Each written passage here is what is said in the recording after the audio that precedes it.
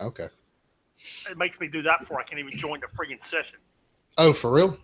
Yeah, that's why it takes me so long to answer your phone call. There you go.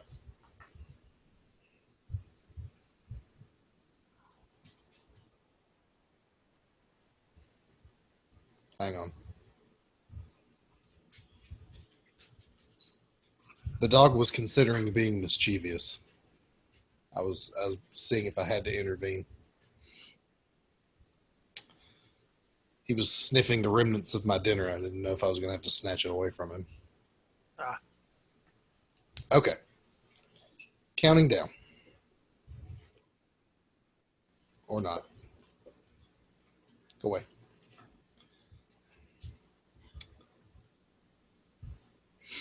You ready? yep. All right. Counting down. 3, 2, 1. What is up? This is the 6 Months Behind podcast for the week of 8/28/16. I'm Pat, I'm Sean. and it's another great week of Marvel Unlimited comic books. We are happy to be here discussing and bringing them to you again in their wonderful four-color glory. I think it's more than 4 colors. It's called four-color. That's the printing process. Oh. Are you getting all technical now? Can't be doing that. Okay, fine. The All right. website is www.sixmonthsbehind.com. You can email us at 6monthsbehind.com. That is the number 6monthsbehind at gmail.com. And yeah, so what have you been up to this week, Pat? What have I been up to this week? Watching football. Yes, college football is back. First weekend of college football. The SEC has looked horrible. As for those of you who don't know, we are an SEC country. Mhm. They have successfully lost 7 of their first 12 games, except for my Crimson Tide, which of course destroyed USC. Yeah, absolutely shellacked USC. And then, of course, Ole Miss threw up all over the FSU game last night. They almost could have pulled that out, and they didn't. And I don't understand why. I went to sleep halfway through the fourth quarter, so I wouldn't know. Yeah, that was me with the Notre Dame game the night before. I was like, I'm going to go to sleep now. Oh, hey, Texas won? That's unusual. I didn't expect Texas that. won overtime. Yeah, I was like, oh, wasn't Notre Dame leading like a minute ago? Yeah. No, I just went to sleep. Okay, whatever.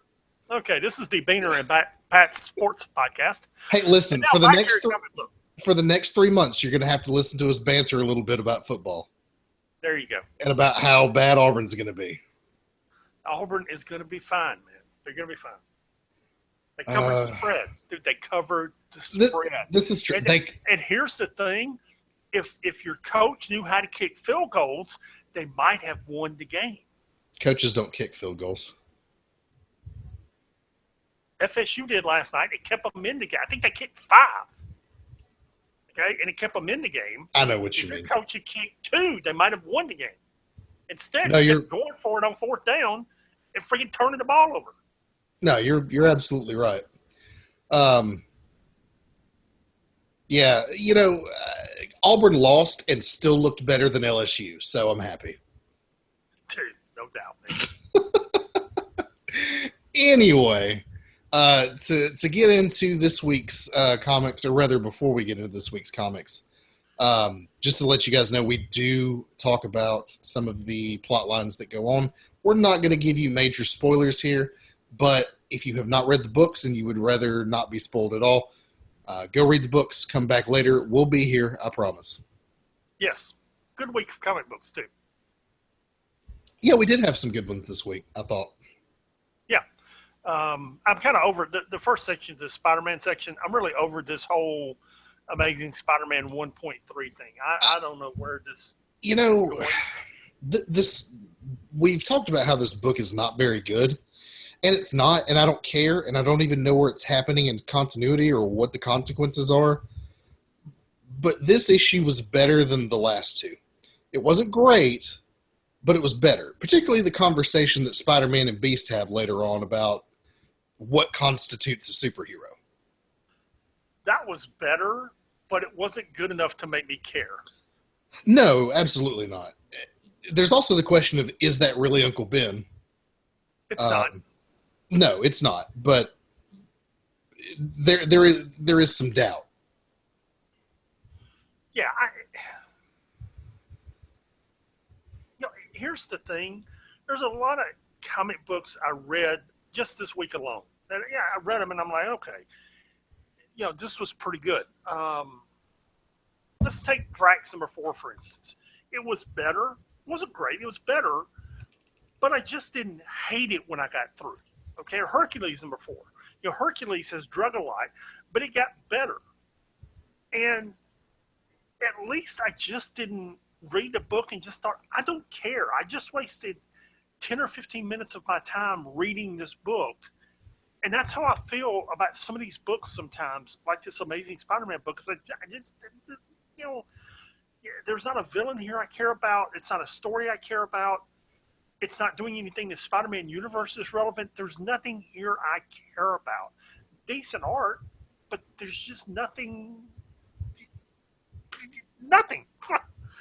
Yeah, the art is actually the only real saving grace here for this particular issue. It's just a story I don't care much about. Anytime you get out of the main storyline or even the main universe, I just don't care. Like with some of these Infinite comics, I know some of them are probably really good, but it's not relevant to the current stories, and I just don't have time to care. I'm sure some of it's great, but I'm not interested. And you can write things that aren't relevant. What was that Avengers series about 20 years ago with Kang and Immortus? And, is that the one with Iron Lad? No, was it Avengers Forever? I think it was like a 12-issue maxi series. I mean, it served no. It's like Kingdom Come that they did with Justice League. They don't serve any purpose, but they can be good stories. Sure, that I can get into. Right, that you can get into, and you can get into something like this if it was any good. It's just not any good. Right. I mean, you look at this issue, and it's like, okay, all of this should have happened in issue 3. Like, instead, right. Issue 3 was just a bunch of BS, and now you're actually moving the story along. Right. Yeah. Anyway, if you're just got to read everything Spider-Man, read this book. But and it had some redeeming qualities. I really enjoyed the scene where he and Beast are talking about kind of the existential crisis that is being a superhero,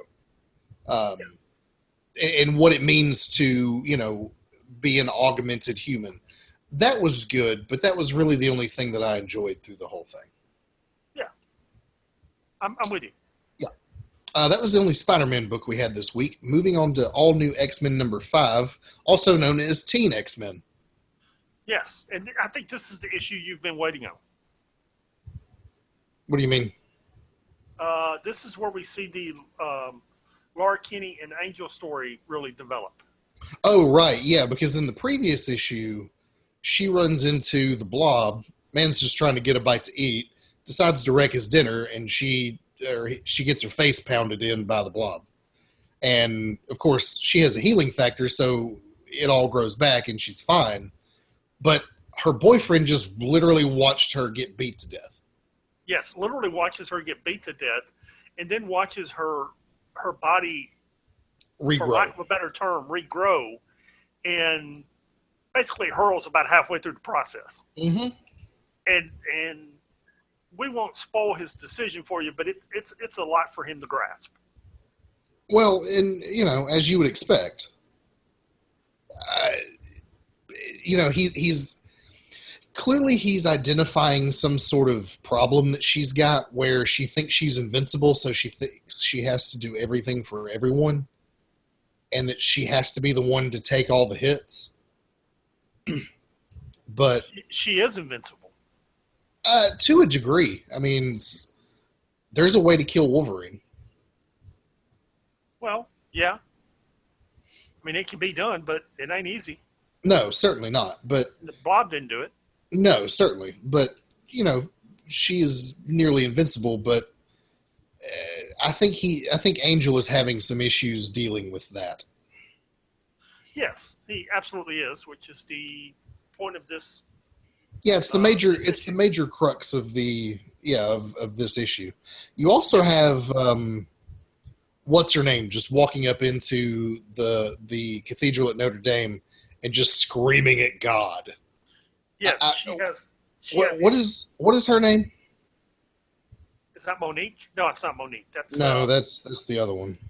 I don't know. Heidi Akin Good luck with Okonkwo. that. Yeah, I don't even know who she is, or what her power set is. But she basically walks into this, historic cathedral and has a one-sided yelling conversation with God concerning. I don't know. How would you describe it? The inequities in the world. And reconciling them with her faith, Yes. and that she is among a group of people, mutants, that are considered by a large portion of the religious community to be damned. Anyone who has a walk with God or faith in God has asked those questions before. They haven't asked them as seriously as they're written here, but they've asked them before because it is something that you struggle. It's simply drawn out very graphically here. Right. And it's not the first time an X-Men has ever had this issue. Right. I'll tell you what it reminded me of. It reminded me of that episode of The West Wing, The Two Cathedrals. Yes. And, it wasn't quite as dramatic as all that, but it's, the scene where the president, alone in the huge cathedral there right after a funeral, basically tells God to go F himself. In Latin, no less. Sure. Which, if you've never seen The West Wing, or even just that episode, or even just that single scene, look it up on YouTube. You can find the Latin translation, because he's speaking Latin the whole time. So if you know what he's saying, it holds a lot more impact. That's one of the best scenes in television ever. I didn't know there was a Latin translation on YouTube. Now I got to go find it. Dude, yeah. It makes the scene so much more impactful. Huh. Okay. And then you juxtapose that scene with, back to the X-Men now, with young Iceman hitting on a French guy in a shoe shop. Yeah, there you go. Yeah. So that happens. And failing miserably at it, by the way. Yeah, he's trying to flirt with this retail attendant and is just blowing it. And then he's getting dating advice from Kid Apocalypse. So if that's your life, man, you got issues. Yeah. Yeah, and that was pretty much the issue there. Overall, it was pretty good. What did you think? I thought it was very good. I think they're moving this story and this group along nicely, and I really enjoyed it. Yeah, it's okay. It's not my. I'm not really loving the whole Teen X-Men vibe that I'm getting, but I'm enjoying it enough that I'm reading it. And if I were walking into a comic book shop, it'd still be on my pull list. Well, that's something because I thought with issues 1 and 2 you hated it, so that's. I didn't hate it. I don't know. It feels like it's meandering a bit. Yeah. I think it's going somewhere, but anyway. Okay. Moving on to the Avengers books, we've got all new, all different Avengers number 6. And the cover for this one should be, to any good comic book nerd, should be iconic. Yes. Tell us a little bit about this cover. I immediately recognized it, and it took me a moment to realize where I recognized it from. It's a copy of Sal Buscema's art from the first appearance of Division in 1966, which was Avengers number 57. Is that a reference? Avengers number 57? Yeah. Yeah. And it's basically the same thing. At that, the book was called Behold Division. This is called Beware Division. And it's essentially the same cover. It's the characters are drawn a little different at the bottom. Division's costume's a little different, but it's the same cover.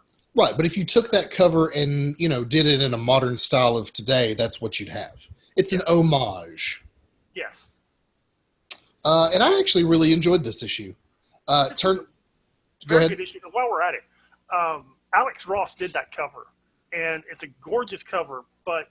Is that an Alex Ross cover? That's an Alex Ross cover. I guess it is. But Muhammad Asar did the interior art, and Dave McKay did the interior colors. And, man, there's some gorgeous art in this book. There's a page where Thor smacks the two hammers together. Yeah. And it's just the art's gorgeous. The colors are gorgeous. It's just like a spectrum of color going off around her when she smacks the two Mjolnirs together. Mjolnirs. Mjolnirs. Thank you. Yeah. And if you're wondering where did Thor get two Mjolnirs, you'll have to read the book. Well, you just got to read the book. Yeah. It's a whole time traveling thing. Yeah. In this issue, it turns out that the mysterious guy in the suit that we've been seeing a lot is Kang himself. And I always like it when Kang shows up. He's one of my favorite villains. So this is a gorgeous book. I mean, really, from the art to the color, this is gorgeous. And I really enjoyed it. They did a lot with the characters here, with Sam Wilson and Jane Foster. They started out in the last issue and continued in this issue. They did a lot with developing the Vision's character. They even made me like the teenagers in this issue. I really enjoyed this issue. Yeah, you're not big on the teenage storyline. Not in this. I don't hate the Teen X-Men, but I don't like what they've done thus far with Nova, Miss Marvel, and Miles Morales in this book. Yeah, they've kind of strung them along a little bit, I feel like, and but you'll probably see them become a better part of the team after this because they really proved themselves in this issue. But essentially, the plot here is Vision finally reveals himself as having some ulterior motives and being controlled by. It turns out Kang, who has his own ambitions, and it's the Vision and Kang and some D-list villain throwing down.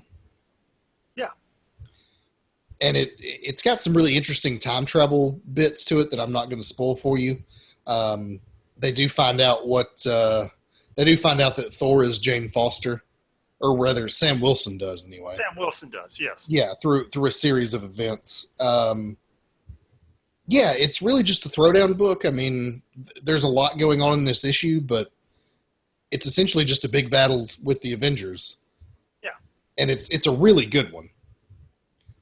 This was probably one of the best issues of Avengers I've read in a while. I mean, they've spent 5 issues building up to this, and this is a good climax to the first 5 issues. It's a 6-issue arc, which we've discussed before, fits very comfortably into a trade paperback. Mm-hmm. So this is a good conclusion to it, and it's a good arc. Yeah, man. This has really been my favorite Avengers book that we've got. You've got like Alpha Flight and Ultimates and stuff like that, which are very good. But and while those are technically Avengers books, or at least I would consider them so, this is more in line with what I think of traditional Avengers. And, you have your 3 big timers there with a couple of new folks.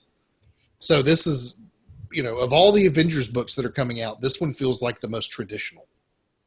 Yeah, but I'm looking forward. Next week, we're seeing all the teams, or next month, actually, in March, but beginning with the books we're going to see next week, we're seeing all the teams head to Pleasant Hill. We saw the intro to that book come out last week. I forget what it was called, Welcome to Pleasant Hill or whatever. Standoff, Welcome to Pleasant Hill, I think, yeah. We're going to see all the teams converge on Pleasant Hill. I think Alpha comes out next week. Avengers teams converge on Pleasant Hill. and I'm really looking forward to that. I really am. Yeah, I didn't really know a whole lot about the event, but now that I do, now that I've read the first couple issues, or rather the intro issue, I'm looking forward to it quite a bit. Yeah, I really am. I'm It's something to tide me over till Civil War. yeah, and it basically leads straight into Civil War. Right, So, right. yeah, yeah. Okay. Moving on to the New Avengers #7. We got a new artist with this one. We got a new interior artist. Is it a new artist, or is he just kind of? Is this a standalone filler issue? Oh, it might be, but it's different from the previous couple of issues. It's a different artist. Because this is basically a White Tiger solo book. Yeah, almost. I mean, the whole story centers around White Tiger. The book opens with her in a prison somewhere, and Well, it opens with the original White Tiger in the prison, and the Maker comes and breaks her out, and she confronts the White Tiger, which is on the Avengers team now. And if that, so explain that to me. There's two of them. I didn't understand that. yes, the original one died and was brought back to life by the Hand, and then the second one is the one that's on the Avengers team. And what the Maker did is got a white, but because they're empowered by the necklace, the amulet Mm-hmm. that the Maker had, and what he did was brought an amulet from another reality, so that each of the White Tigers had the power of the Tiger Goddess. And then they fought it out to see who would get the necklace. Right. And what actually ends up, well, I won't tell you what actually ends up happening in this book, but the results are interesting to say the least. Yes. And the Maker really doesn't care who wins. He wants to see the results of the test. Yeah, to him, it's all a science experiment. Yes. He didn't care who won. It's a science experiment. Right. Which he's really become that villain that I root for. He's the villain that I want to win. Yeah. Because he's so evil. I just like him. They're taking Doctor Doom, and I think they're slowly converting him to a good guy, to a hero. And I think they're replacing him with the Maker, which it's pretty entertaining. I think that's a good move because it's a new gambit for Doctor Doom to take Victor Von Doom and make him take all of what he is and his talents and his abilities and use them for good, at least for a little while.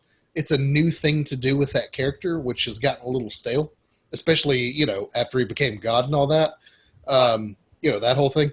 And then to take a Reed Richards from an alternate universe and make him evil, not just evil, but frightening. Really no moral center whatsoever. That guy is scary. Yes. So this book was pretty good. Yeah, it was good. Yeah, I'm interested to see what we get next month. I don't know if they're going to, I guess they'll continue with this story. Hey, who are those? There's a big reveal at the end where it turns out the Maker has put together his own team of Revengers. Yes. I'm seeing a scroll with a costume from the 90s, one of the village people, and a werewolf. What's going on there? I don't know. You don't know who any of those characters are? I've already moved on to Karnak. Oh. And when I looked at them, I didn't know who they were. I mean, when I was reading the book, I looked at them and I thought, I don't know who these people are. And if I go back and look again, I'm not going to know. I don't. Okay. Yeah, I have no idea who they are, but apparently he's got things in mind for them, the Maker. If I had to make a guess, I would say he's gathering them from alternate realities. Probably so. Yeah. So Karnak #2. How many months has it been since we got the first issue of this? Warren Three or four? Warren Ellis is doing a great job of writing this. The artist wife had a baby, and I think there were some complications, some health issues along the way. And between issues 1 and 2, there has been a several-month delay. Yeah, it's been like since May It's been that we got several this book. months. Yeah, Yes, it's so and it's much that back I on almost schedule now. forgot.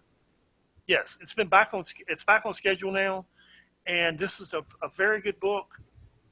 To be honest, I really didn't understand what was happening here. Yeah, I have no idea what's going on, and I think that's intentional. We'll probably Yes, it figure it. is. We'll probably find out more uh, in the third Here's issue. here's the bottom line: Karnak is after somebody and beats up a lot of people getting there. A whole lot of people in A whole gruesome lot. ways, Yes, which is very typical of Warren Ellis's style. That's how he writes. It's a yeah, lot of people getting beat up very violently, um, and a lot of cryptic uh, dialogue, which is a lot what a lot of this is. They're looking for some child that they think is a god. I'm not really, and it's that kid that we met in the first issue whose parents think he went through Terrigenesis, and it seems like he's not any different, but he is. Yeah, I don't know, but I don't know. I if we can just watch Karnak beat dudes up, I'll be fine with this book. They're probably out of 23 pages, maybe 15 of them didn't have words. They were just art of Karnak beating people up, and it was Yeah, great. it was one of those where I finished the book pretty quickly. I was like, "Oh, is that it?" And I looked through it again, and I was like, "Oh, that's because most of these panels are silent, or mostly Yes, silent." yes. That being said, the art's fantastic. I'm kind of fine with it shipping a little late to get really good art like this. Um, I'm not sure where the story's going or what it's about, but I'm along for the ride. Yeah. And that brings us to Patsy Walker number Four. three. Oh, Three. three. Yeah, you're right. Three. So just off the bat, let me get your thoughts on this book. I, I, I, I'm actually learning not to hate the book, Really? and I'm enjoying. I'm kind of enjoying the book and some of the characters. The villain in this book has got to be the worst, grossest concept for a villain that I have ever seen in my life. Yeah, it's gross. The dude controls bed bugs. Yeah. That's It, his superpower, is his ability to summon bed bugs and control bed bugs at his beck and call. which he has been exploited by his father, who is the landlord of the building that Patsy and all her friends live in, and is using it to extort tenants for money. Yes. Basically, he gets them in, gets them to sign a deposit. The first month, last month's rent in advance. They stay a couple of months, then he throws them out, keeps all their stuff and their security deposit and their last month's rent. Right. All using this kid's bedbug powers because I don't know. Um, I, if you take away that villain and that plot, you got Doctor Strange there. yeah. You got the characters they're weaving in. Yes, I enjoyed the book. No, I really That enjoyed villain, this book too. that villain just kind of that's just gross, man. Yeah, That's just, and that's Patsy's reaction is like when she first meets the guy and doesn't realize he's the villain, because that's the whole thing is like she meets this guy and she's like, oh, he's nice, and it's like, oh yeah, don't talk to him. That's the landlord's son, and the landlord's a butthole. Um, she's kind of smitten with him, and then afterwards she finds out what he's doing, and she's just like, yeah, gross, ew, ew. Like that's her reaction to all this. And it's funny because her buddy Tom's super interested in him too. yeah, yeah. Um, and he's just like, oh, how did you say no to a date with that guy? And she's like, I have standards. The guy controls bed bugs. Now, what she ends up doing with this is she confronts him and is able to convince him to use his abilities for the better. He exposes his father's lies, apologizes to all the tenants. And then instead of controlling bed bugs, she gets him a gig as an exterminator. Bed bugs in Manhattan. Oh, yeah. Lord. Yeah. Which, one, this book is doing a number of things. It's smacking you over the head with cliche millennial references, which I can enjoy, but a lot of them I'm like, I kind of groan at them, but it's so cartoony that I don't care. You have this theme of Patsy Walker converting people to the light side.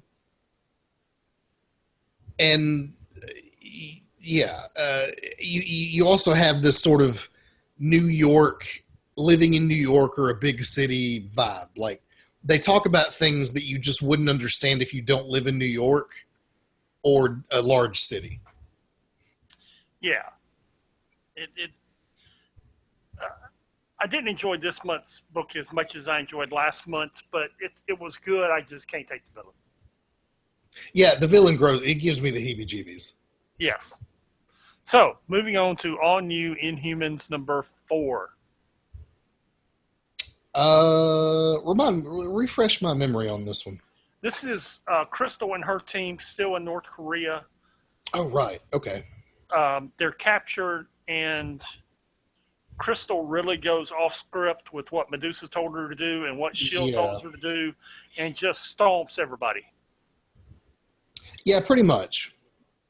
And you've also got the captain dealing with that living mind or whatever that's controlling the ship. Yes. Which is interesting. You got Gorgon doing some weird stuff. His wheelchair transforms into a thing. I thought that was pretty cool. Yeah, it was okay. Yeah, this issue, it pretty much wraps up this North Korea storyline they got going on. But it was all right. The art in this book is really great. I think that's what I'm enjoying most about this book. Is the art is really good. Stefano Caselli. Bless you. Yes. But yeah, it's I'm really enjoying what they're doing here, and I yeah, it's a good book, man. It's good. It was a good story. It was a good conclusion to this series. I like the surprise ending. Yeah, it was good. It's to be said about this Marvel Unlimited thing that we're doing.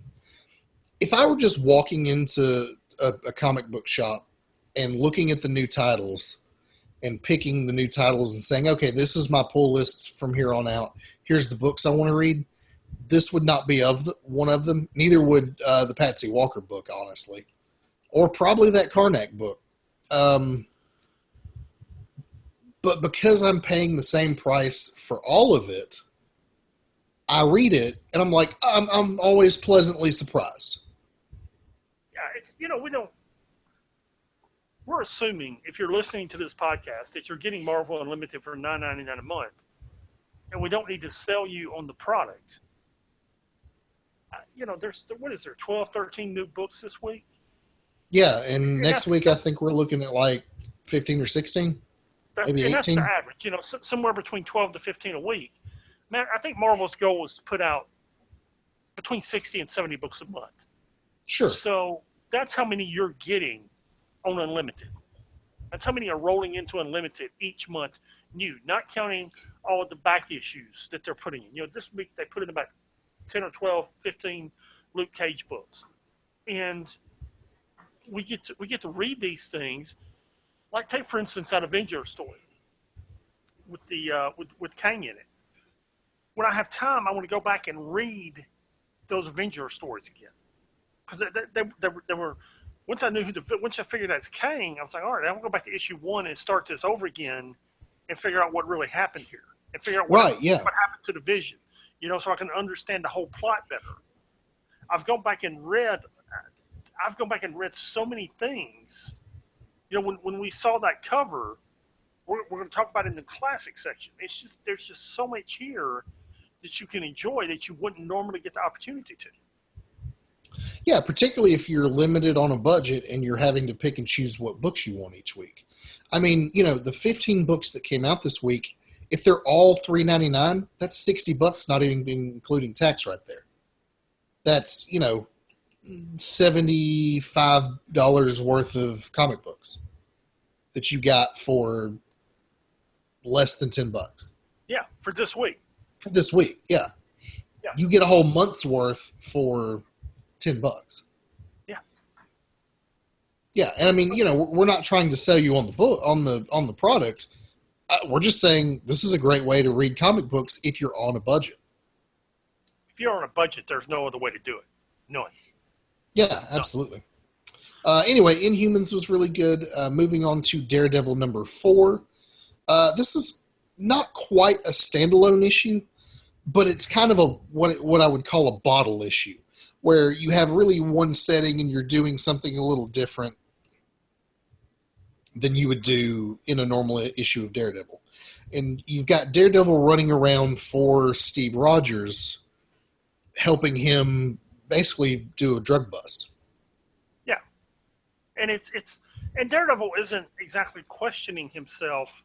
He's just needing a little consultation, and he's doing Steve Rogers a favor and getting a consultation in what he's doing at the same time. So it makes for an interesting storyline. Right. And at one point he has to disarm a bomb, and Steve's like, hey man,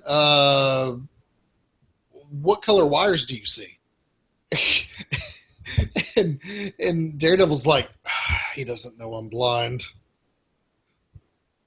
So the art in this book is fantastic. It has been in all the issues so far. But yeah, I mean, you've basically got, I don't know, I thought it was an interesting role for Steve Rogers. Right. Yeah, well, he's going to stay in this role for a couple more months. Right, he's not running around as Captain America. He's just kind of low-key saving the world. I mean, this is an apartment building in Brooklyn, which is where he grew up. It's in Red Hook, actually, which is traditionally not a very nice neighborhood, and has never been.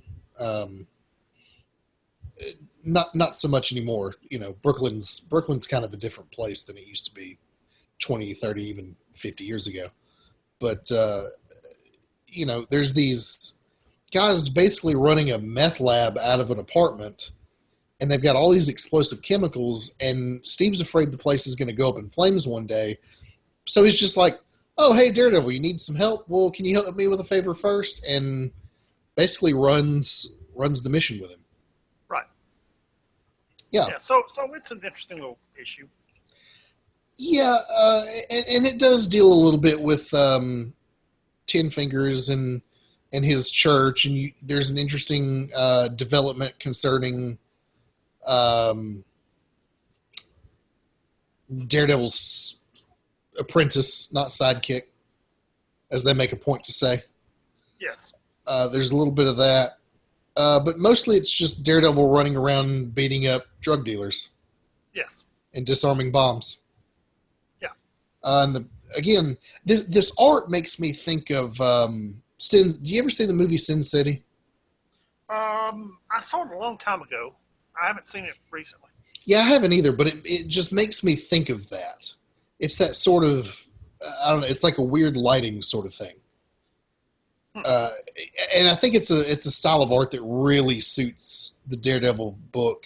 It suits the vibe that Daredevil is going through. Speaking of Frank Miller and Daredevil, that will be our classic read for next week. Not this week, but next week. Okay. I finally finished a Frank Miller story arc in Daredevil that I've never gotten to read before, and we're going to talk about it. Okay, cool.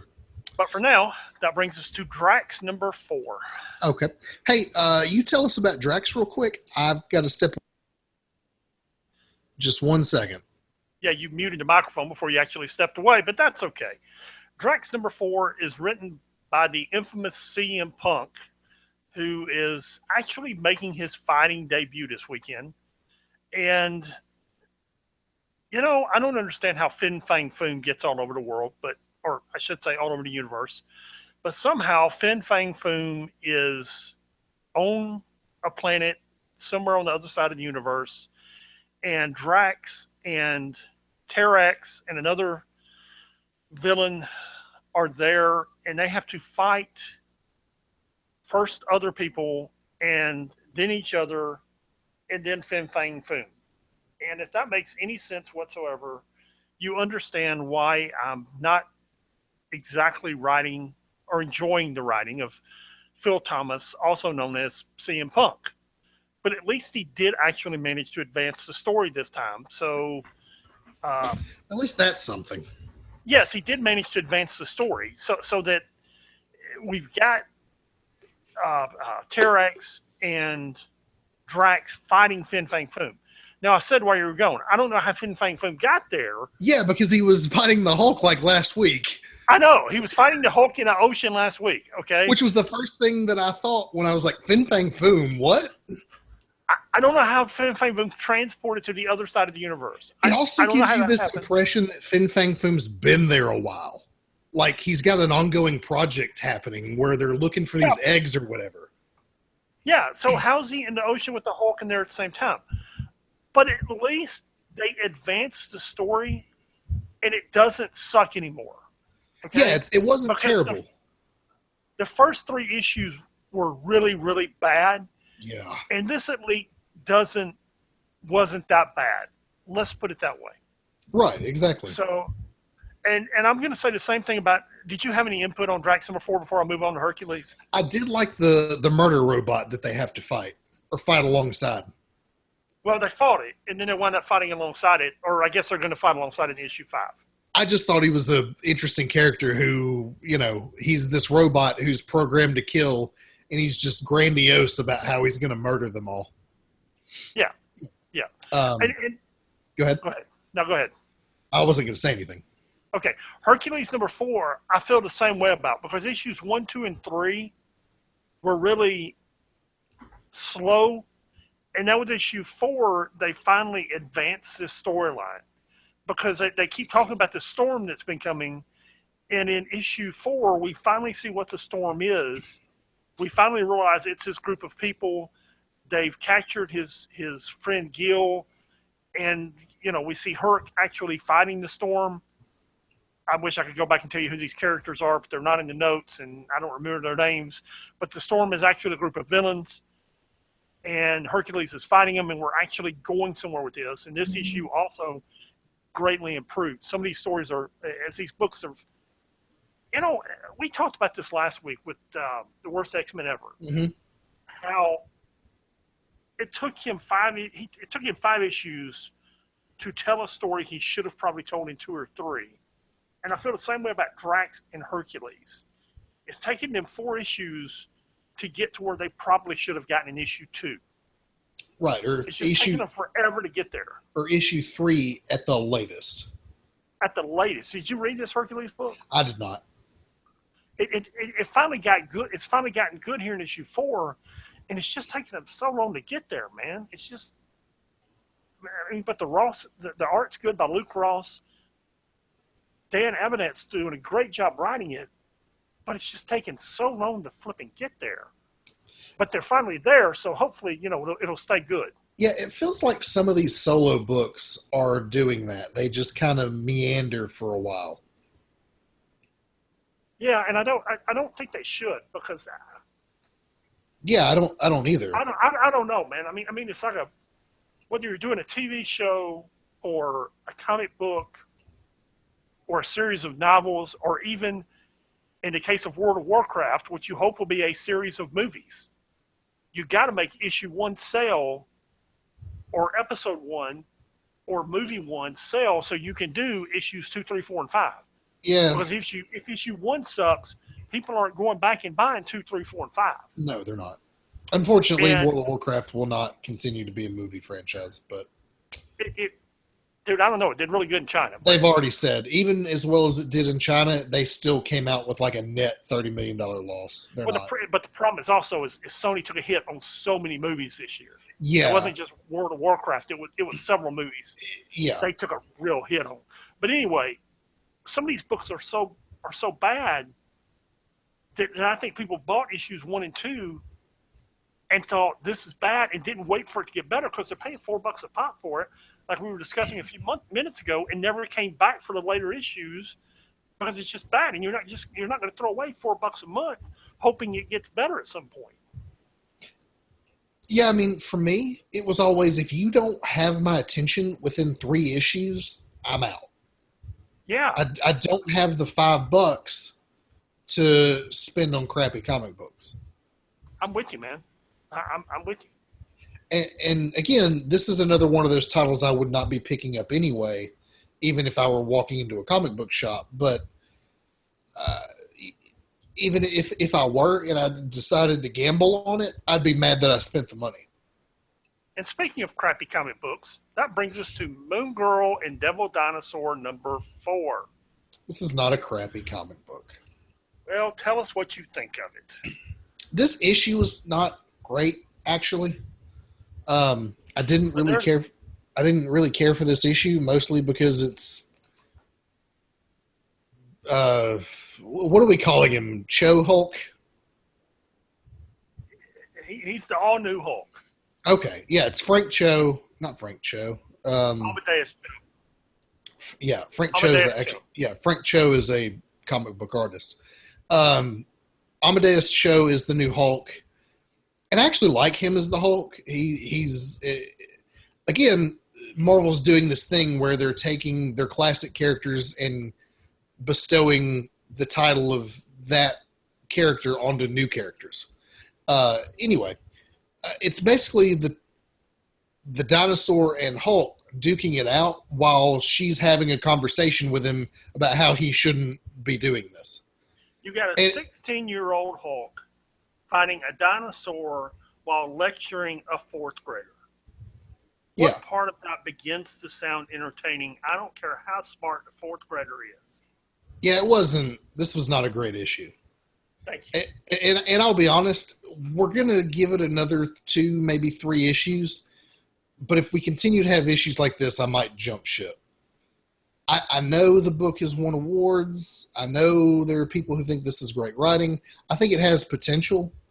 And I particularly like this Moon Girl chick. She's there's something about the prodigy genius child thing trope that I like a lot. But if it doesn't go anywhere in the next couple issues, I'm out. I'm with you. It's a great concept. It's just not going anywhere, man. It's just not. We'll see. Okay. Angela, Queen of Hell, number 5. Or did you have something else to say about Moon Girl? No, I was going to say I did actually read this book. Have you read the previous 4 issues? No. Okay, what do you think of this issue? It was good. I might actually, now that because this is the wrap-up issue, at least for this story arc. Right. I might actually go back and read it. Because like you've been telling me, the art's great. The art's amazing. And this whole becoming Queen of Hell thing is really interesting. Yeah, and in this issue, she finally completes the 3 quests. She defeats Hela. Helia. Helia, thank you. Mm-hmm. And becomes Queen of Hell. Yeah. And well, I want to tell you. I was going to tell you how it ends. I won't do that. But but yeah, completes her quest, and it's a lot. There's a lot of things going on there. There's things going on with the Asgardians. There's things going on with Helia. There you go. It's magnificent art. Yeah, there's not a whole lot to be said that doesn't spoil the whole thing. Just suffice it to say that if you've been reading this book so far, it really ties up all the story ends. Yes. Yeah. So as we said, for a disclaimer, Marvel has books for every group now. There's a group for the Muslim community. There's a group for the teenage community. There's a group for the millennium community. There's a group for the LBGT community, and this is the group for that community. So don't be shocked by it. Just don't. Yeah, if you somehow if that's not into you, if you're not into that, don't read this book. Yeah, if watching a woman kiss another woman offends you, or even veiled threats of some slight BDSM type stuff going on, this is not a book for you to read. I've said it through the first 4 issues. This ain't for you, man. Right, and I have no problem with it. And I think it's perfectly fine, and I think it's something you have to do in books like this. These books need to be representative of the people reading them. And it's not a thing where they've like wedged a gay character in just to be like, oh, look, we have a gay character. They're legitimate story issues for, having gay characters here. But if that bothers you, don't read it. Don't read it, because it's not something that's slightly behind the scenes. I have a feeling that those who would read this book are a little more open-minded anyhow. There you go. I don't see, Bubba sitting on the trailer of his F-150, with his cowboy boots going, "Who, that Angela? Woo. That's funny. She's one spicy babe," or whatever whatever Bubba would say. Anyway, I'm not going to sell you out and say what I was thinking. Howling Commandos of S.H.I.E.L.D. number 5. This wrapped up the Sphinx storyline that's been going on. Man, I want this as a Saturday morning cartoon.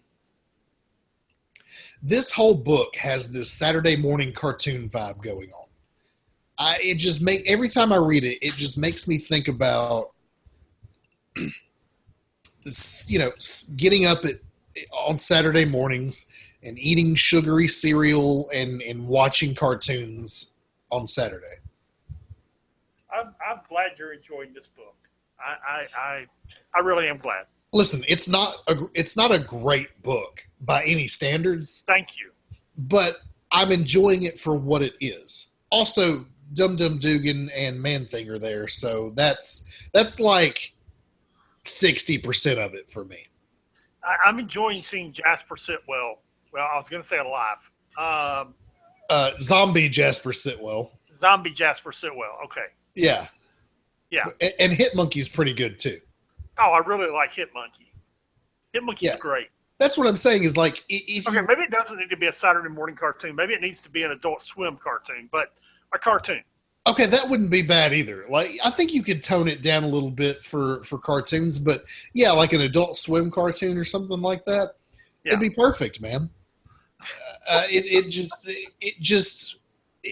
is. It's just one of those books that is so well suited for like a TV, an animated series like that. Anyway, they wrap up that storyline with the Sphinx. A lot of action. I can't really say any more than that without giving away a bunch of story. But yeah, it was all right. I think, did this book get canceled?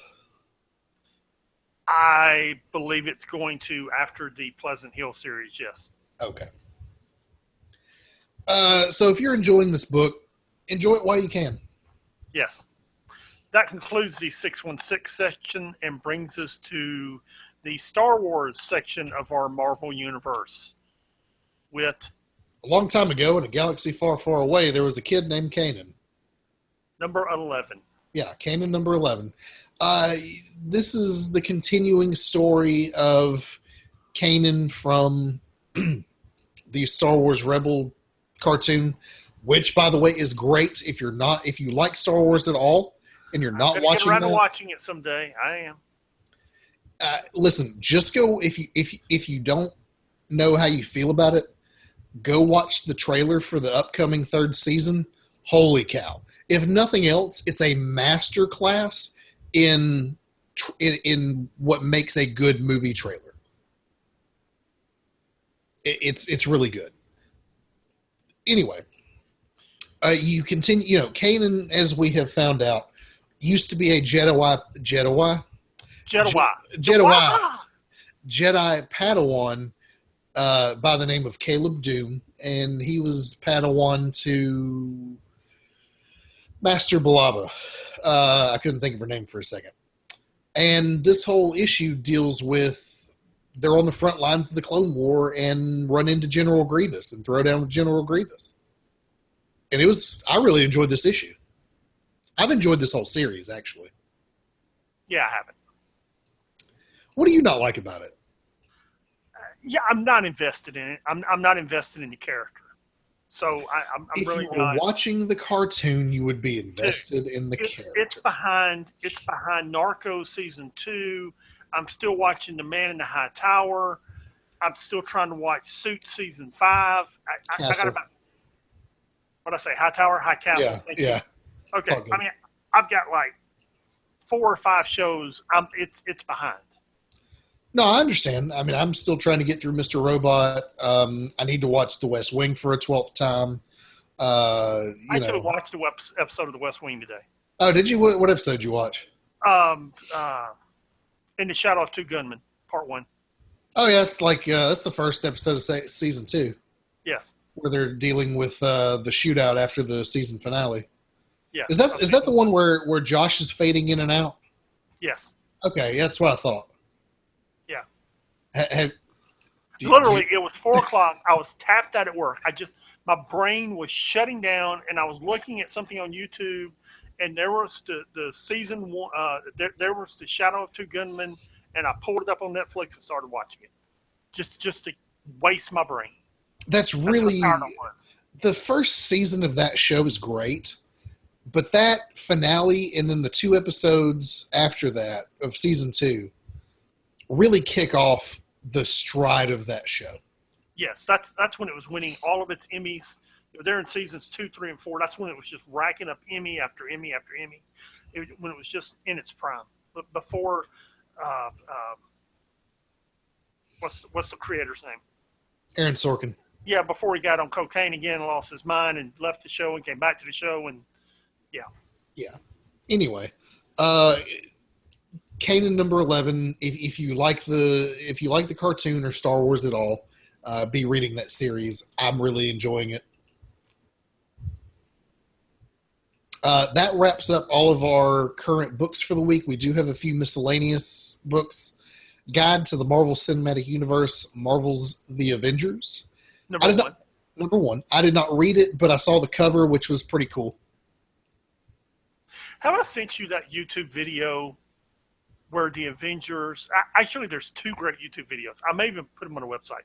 There's one where it's the cast of the Avengers set to the Full House theme. No, but that sounds hilarious. Then there's what Thor did during Civil War. It's actually got Chris Hemsworth acting out what he did during Civil War. It's pretty that's funny. Interesting. Oh, I thought it was like a pit. Okay.